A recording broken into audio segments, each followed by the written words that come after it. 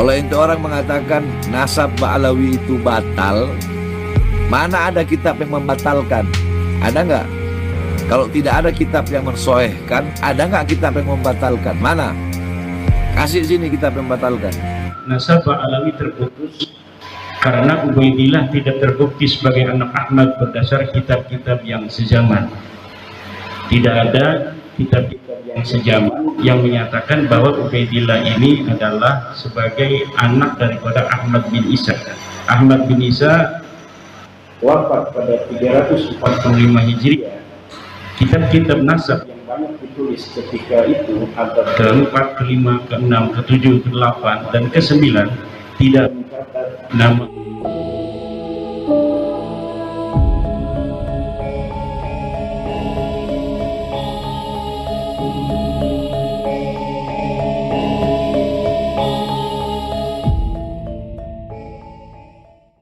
Bib, emang jadi Habib harus tes DNA dulu ya? Ya itu imat CS aja itu pada bego tes DNA, sedangkan para ulama-ulama mutaakhirin mengharamkan tes DNA. Bodoh aja mereka itu. Tes DNA. Dan kaum-kaum seperti mereka itu udah ada di zaman Rasul. Bukan dari sekarang aja. Di zaman Rasulullah dulu ada itu, kalau orang seperti itu yang mengatakan Rasulullah abtar, Rasulullah terputus. Makanya itu asbabun nuzul turunlah surat Al-Kautsar. Terus ada lagi di zaman Al-Imam Ali bin Abu Bakar As-Sakran. Terus di Indonesia di zaman Gus Dur waktu itu. Di zamannya Gus Dur. Akhirnya Gus Dur yang mengeluarkan pendapat, mengeluarkan fatwa tentang habaib. Jadi kaum-kaum seperti itu tuh alah, gak kepake sama anak. Yang menafikan, woi, hah? Ada nggak?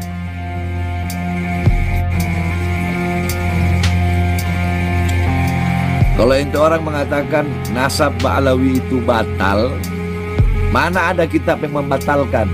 Ada nggak? Kalau tidak ada kitab yang mensoehkan, ada nggak kitab yang membatalkan? Mana? Kasih sini kitab yang membatalkan.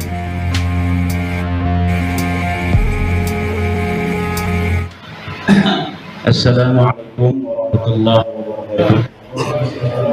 Alhamdulillah, salatu wassalamu ala Rasulillah wa ta'ala.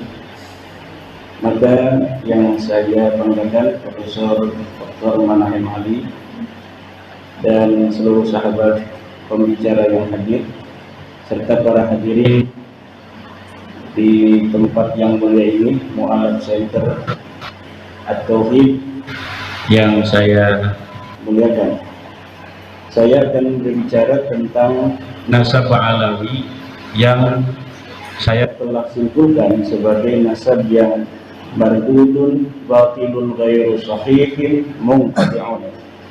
Nasab yang batal, nasab yang tidak sahih, nasab yang munqati'. Berlandaskan apa saya menyatakan bahwa nasab Ba'alawi adalah nasab yang batil, nasab yang mardud, nasab yang tidak sahih, nasab yang munqati'. Paling tidak tadi saya telah coret-coret ada 15 poin yang akan saya sampaikan terkait dengan batalnya nasab Ba'alawi pada kesempatan yang berbahagia ini. Pertama, nasab Ba'alawi terputus karena Ubaidillah tidak terbukti sebagai anak Ahmad berdasar kitab-kitab yang sezaman. Tidak ada kitab-kitab yang sezaman yang menyatakan bahwa Ubaidillah ini adalah sebagai anak daripada Ahmad bin Isa. Ahmad bin Isa wafat pada 345 Hijriah. Kitab-kitab nasab yang banyak ditulis ketika itu abad ke-4, ke-5, ke-6, ke-7, ke-8 dan ke-9 tidak mencatat nama Ubaidillah merupakan anak daripada Ahmad. Ahmad bin Isa tidak terbukti hijrah ke Yaman berdasarkan kitab-kitab abad ke-5 sampai abad ke-9. Di dalam kitab-kitab nasab yang telah ada mulai abad ke-5 juga kitab-kitab tarikh, kitab-kitab sejarah yang ada dari mulai abad ke-5 sampai abad ke-9 tidaklah menceritakan, tidaklah mereportase adanya hijrahnya Ubaidillah atau ayahnya Ahmad bin Isa ke Yaman. Bagaimana orang yang tidak hijrah ke Yaman kemudian bisa mempunyai keturunan di Yaman? Yang ketiga, nasab Ba'alawi terputus karena Ubaidillah tidak terbukti sebagai anak Ahmad berdasar kitab-kitab sejaman. Oh, ini enggak salah ketik ini. Makam Ahmad bin Isa yang ada di Hadramaut baru ditemukan di abad ke-9. Jadi makam Ahmad bin Isa yang hari ini sangat populer berada di Hadramaut Yaman, itu di dalam kitab tarikh saya temukan bahwa makam itu ditemukan pada abad ke-9 Hijriah. Artinya ketika wafat 345 Hijriah sampai abad ke-9 Hijriah itu telah berjalan 550 tahun. Makam itu dulunya tidak pernah dikenal orang.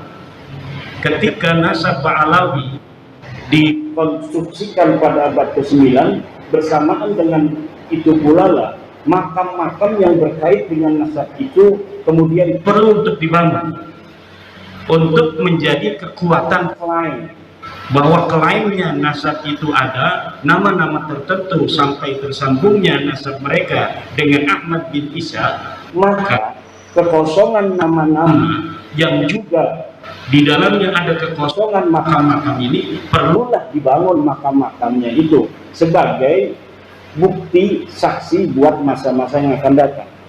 Makam-makam palsu yang hari ini dibangun oleh seseorang yang diurut sebagai leluhur-leluhurnya adalah merupakan kejadian ulang daripada kejadian-kejadian masa lalu dan leluhur dia yang juga sama melakukan hal yang serupa, yaitu membangun makam baru yang sebelumnya tidak ada untuk diyakini oleh orang lain bahwa itu adalah makam leluhurnya. Bagaimana pengurutan nasabnya ini sampai Ahmad bin Isa ada dibuktikan dengan makam yang kemudian dibangun, diberikan tanggal, diberikan titik mangsa sesuai dengan titik mangsa orang-orang yang diklaim ada pada abad itu, padahal orang-orang itu pun tidak ada, sebagaimana makam itu pun dulunya tidak ada. Kemudian batu nisan Muhammad Shahid Mirbat yang ada di Mirbat telah terbukti dibuat pada abad ke-9 atau 10 Hijriah. Sebagaimana kita ketahui dari pemaparan tulisan saya bahwa dari nama-nama Ba'alawi ke atas bukan hanya Ubaidillah yang tidak ada, tapi Muhammad, Ubaidillah punya anak namanya Ali, Ali punya anak namanya Muhammad, Muhammad punya anak namanya Ali, Ali punya anak namanya Ali, Ali punya anak namanya Muhammad Shahid Mirbat. Ini semuanya adalah orang yang tidak terreportase oleh sejarah apapun, baik di dalam kitab nasab maupun dalam kitab sejarah. Bagaimana orang yang tidak dicatat dalam kitab nasab kemudian pada abad 9 dibangun namanya, dicantumkan dalam kitab nasab yang hanya ditulis oleh keluarga mereka, dan kemudian dibangun kesejarahannya pada kitab-kitab sejarah yang juga ditulis oleh mereka. Ada kitab-kitab yang hari ini cetakannya ada, ditulis oleh orang lain, tapi apabila diteliti, lihat pentahkiknya, itu pentahkiknya adalah kalangan mereka. Dan saya meyakini setiap kitab sejarah yang ditahkik oleh kalangan Ba'alawi, maka pentahkikannya itu tidak jujur, dan di dalamnya pasti ada interpolasi nama-nama sesuai dengan nama-nama leluhur yang mereka catat. Kenapa? Karena nama leluhur mereka tidak tercatat dalam kitab sejarah, maka mereka merasa perlu untuk mencari manuskrip kuno, kemudian manuskrip kuno ini ditahkik olehnya, kemudian disisipi nama-nama dari keluarga mereka, dan ini dapat dipertanggungjawabkan karena saya telah meneliti beberapa pentahkikan dari kalangan mereka tentang kitab-kitab tarikh Hadramaut, tarikh San'a dan yang mengitarinya. Di dalamnya ada interpolasi, yaitu penyisipan tokoh yang tidak ada dalam manuskrip aslinya, kemudian disisipkan seakan tokoh-tokoh ini adalah merupakan tokoh yang historis. Kemudian Muhammad bin Ali diberi gelar Shahid Mirbat pada abad 9 tidak terbukti sebagai bergelar Shahid Mirbat. Menurut Ibnul Athir abad ke-7, yang bergelar Shahid Mirbat adalah Muhammad Al-Manjawi, raja di Mirbat. Ada seorang raja yang dicatat oleh Ibnul Athir, sejarawan masa itu, yang bernama Muhammad Al-Manjawi. Muhammad Al-Manjawi ini diberi gelar oleh Ibnu Khaldun, oleh Ibnul Athir sebagai Shahid Mirbat. Itu pada abad ke-7. Kemudian Ali As-Sakran pada abad ke-9 menulis sejarah leluhurnya. Kalangan Ba'alawi ini menyematkan nama untuk salah satu nama yang dibarukan itu, yaitu Muhammad bin Ali, disebagaikan atau dialiaskan sebagai Muhammad Shahid Mirbat. Tadinya tidak ada gelar Muhammad Shahid Mirbat untuk leluhur mereka, tetapi karena ada pencatatan dari mereka bahwa Muhammad bin Ali ini pernah ke Mirbat, maka diberi gelarlah leluhurnya ini yang bernama Muhammad bin Ali dengan Muhammad Shahid Mirbat. Saya telah membaca kitab-kitab yang berkaitan dengan sejarah Mirbat dan sejarah Difar, serta ulama-ulama yang hidup pada sejaman dengan Muhammad bin Ali dalam tanda kutip Shahid Mirbat ini. Sama sekali tidak ada yang mencatat di samping kanan dan kirinya seorang ulama bernama Muhammad bin Ali yang digelari kemudian pada abad 9 dengan Shahid Mirbat dari kalangan Ba'alawi. Orang ini bukan hanya tidak bergelar Shahid Mirbat, tetapi juga kehistorisannya sangat dipertanyakan. Bahkan saya berani mengatakan itu adalah fiktif. Orang ini fiktif, tidak ada di Difar, tidak ada di Hadramaut, bahkan mungkin tidak ada di dunia aja. Seorang yang bernama Muhammad bin Ali. Lalu bagaimana mereka punya leluhur? Ya jelas mereka punya leluhur. Lalu leluhurnya siapa? Ya saya tidak tahu. Apakah namanya Muhammad bin Ali? Ya bisa jadi. Tapi yang jelas bukan Muhammad bin Ali yang hari ini kita kenal kesejarahannya sedemikian itu. Lalu bagaimana kok bisa begitu banyak kitab-kitab yang mencatat kesejarahannya hari ini? Bisa ratusan kitab tentang Shahid Mirbat. Bahkan orang Mirbat sendiri hari ini, sejarawan Mirbat, lihat apabila mereka menceritakan tentang Shahid Mirbat, mereka belum sadar kalau mereka mencatat nama seorang yang tidak ada pada zamannya. Hebatnya ini Muhammad Shahid Mirbat. Dan saya kalau dipertemukan dengan sejarawan Mirbat, sejarawan Difar, saya yakin orang Difar dan orang Mirbat sejarawannya itu akan langsung sadar kalau sudah bertemu dengan saya.